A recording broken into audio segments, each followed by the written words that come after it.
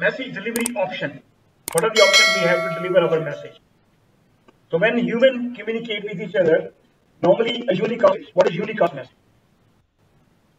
The unicast is always 1, 2, and multicast source between in these two people. This is called unicast message. And when there is a group of message, for example, these two people, it's called multicast. And when there is a group of message, it's called broadcast. Okay. So multicast means within a group of people, you are just calling 2 people or 3 people. People come from East London. People come from West London. Can you please answer this? Okay. And if I say, everybody please get up, let's go outside. So that is the message for called broadcast message.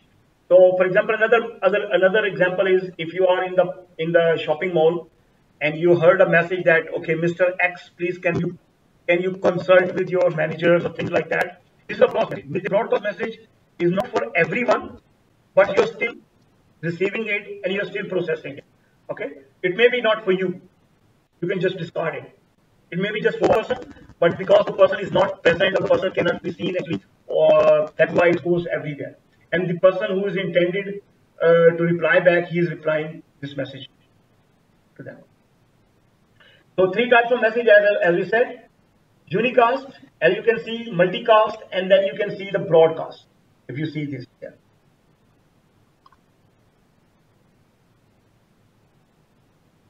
Okay, another example, if you can see unicast is a group of people, there is a one of them, source to destination, multicast, 2.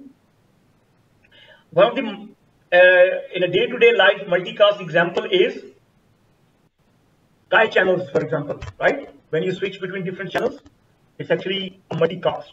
So your machine, your TV will join one source and receiving all the telecast, all the live telecast or maybe recorded telecast from there. So a multicast is used to actually conserve the bandwidth. It uses less bandwidth and less resources as compared to the broadcast. So for example, okay, so IPTV is the biggest example of multicast where the clients are receiving the multicast traffic from one source.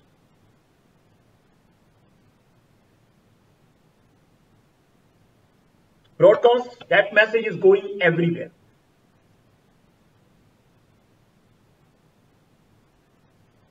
Okay, anybody knows what is this? So these are different topologies of your network. There is a star topology. In the star topology, all the computers are connecting to one centralized devices. Okay, which means that if this device goes down, then the communication will be broken. Mesh, you can see some of the devices are connected to one, another devices are connected to another. Ring actually, there is normally a token ring. Normally we use this technology. The ring, the person who would like to speak on the network, he must have a token in order to communicate with all the other devices. So for example, if this PC need to communicate with this machine, he need to have a token. Then he can communicate. The other people will be waiting by that time. Once this communication is over, this token will be released, and then the other person will take the token and speaking to each other. Fully meshed, fully connected means every computer is connecting to each other.